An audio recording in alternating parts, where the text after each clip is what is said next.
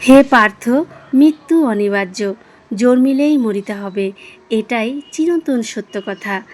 আমার শেষ আশ্রয়স্থল কোনটি সেটাই আজ আপনাদেরকে দেখাবো।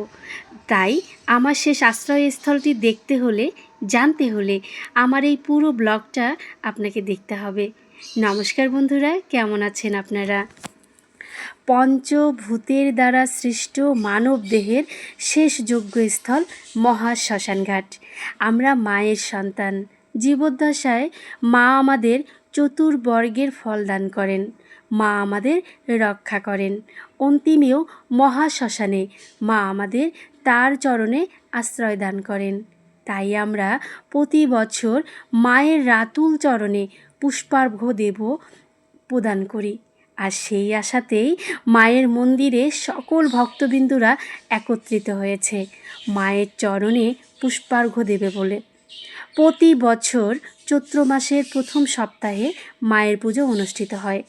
এই বছরও চৈত্র মাসের প্রথম সপ্তাহে ৩রা চৈত্র ১৪৩২ বঙ্গাব্দ ১৮ই মার্চ বুধবার মায়ের বাৎসরিক পূজা অনুষ্ঠিত হয়েছে।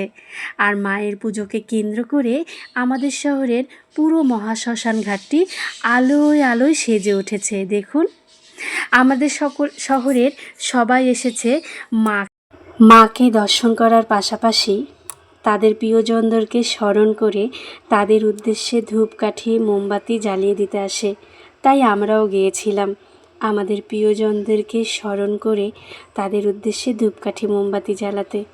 এটা হচ্ছে আমাদের শহরের চুল্লি, শ্মশানের, যেই চুল্লিতে শবদাহ করা হয়। আর এটা হচ্ছে স্নানঘর। আমাদের শ্মশানে 2টো চুল্লি রয়েছে, পাশাপাশি দুজনকে একসঙ্গে দাহ করা যায়। আর এটা হচ্ছে মায়ের মন্দির, মা শ্মশান মাতা, যেখানে মায়ের পুজো চলছে। আর ঠাকুরকর্তা নেচে নেচে মায়ের সামনে আরতি করছে, পাঠা বলি দেওয়া হয়। তারপর সারা রাত ধরে মায়ের পুজো চলে। আর মায়ের পুজো শেষে সকালবেলা সকল ভক্তবিন্দুদের উদ্দেশ্যে প্রসাদ বিতরণ করা হয়।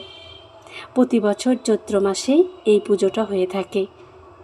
আপনাদের শহরে কখন শ্মশান কালীমাতার মায়ের পুজো হয় অবশ্যই কমেন্টে জানিয়ে যাবেন। আর আমার এই ছোট্ট ব্লগটি আপনাদের কেমন লাগলো সেটাও জানাবেন। আমার শেষ আশ্রয়স্থল হচ্ছে এই মহাশ্মশান ঘাট। একবার ভাবুন তো, আজ হেঁটে চলে দেখে গেলাম এমন একটা সময় আসবে যখন এই শ্মশান ঘাটে আমার নিথর দেহ আসবে। আমার পরিজনরা সবাই বসে চিন্তা করবে কতক্ষণে আমার শেষ কাজ হবে।